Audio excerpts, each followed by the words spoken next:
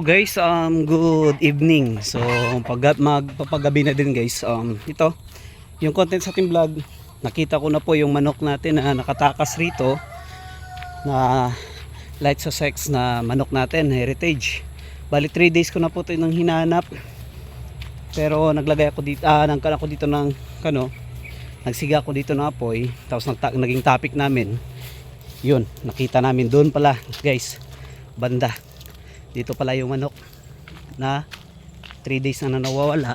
At inikot ko na rin ito dito sa diyan, parang kagubatan yun to.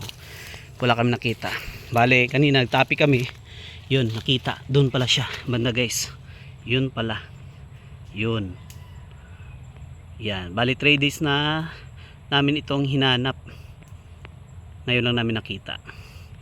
Okay. So, atin talaga yan guys kasi yung itsura niya puti. So ngayon gagawin namin is huliin po namin itong manok na ito kasi sayang kapag napabayaan lang. Okay? So iikot lang kami dito guys. Kasi may saway mal.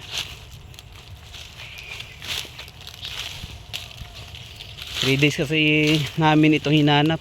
Nag-ikot na rin ako dito kahapon pero hindi ko nakita, pero hindi ko lang dito banda napasok. Okay? So doon siya banda. Then, yan ano, pwede mo nyo. Bali, yun po siya guys, yan. Yan po siya, yan. Bali, bulag po yan, yung isang mata niya. Okay, pagkabili namin may disable agad yan. So, huliin natin guys.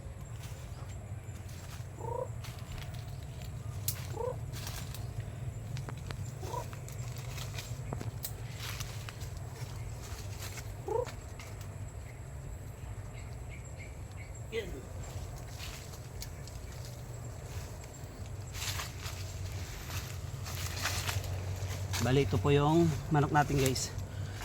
Okay, so ibalik natin ito sa ating kulungan. Ito yung ating manok, disable, bulag yung isang mata, tapos okay yung sa kabila. Yan. Wala po siyang balaybo kasi nga binubuli ito ng ating mga ibang manok doon.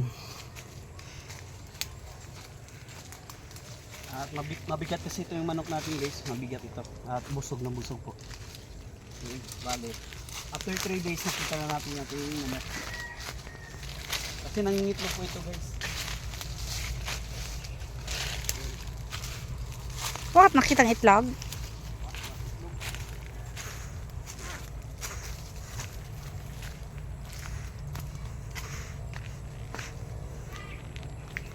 Ayun, dalaga no?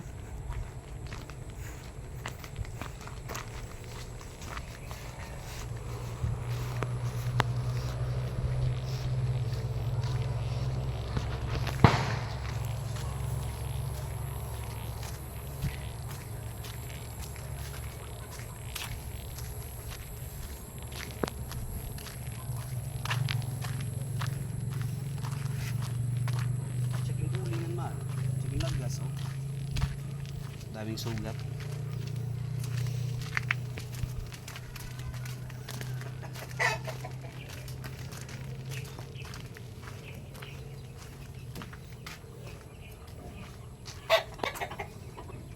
Bale, dito lang po muna natin ilagay. Tanggalin muna natin ito. Okay, so dyan muna natin ilagay guys para kahit paano makarecover po. Kasi ang dami pong sugat sa likod ng ating manok rito, yung nakita natin. Ang daming sugat. So ngayon ito, tatanggalin muna natin ito sa limber na ito.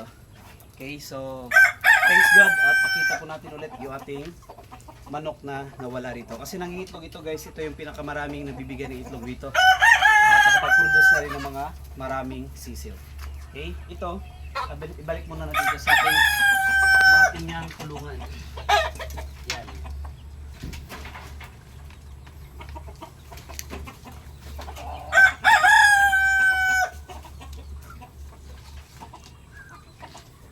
Bale, sira-sira na rin itong kulungan guys. Pawasakin din yan bukas. Okay? So ito guys, yung ating manok. Yan. Okay?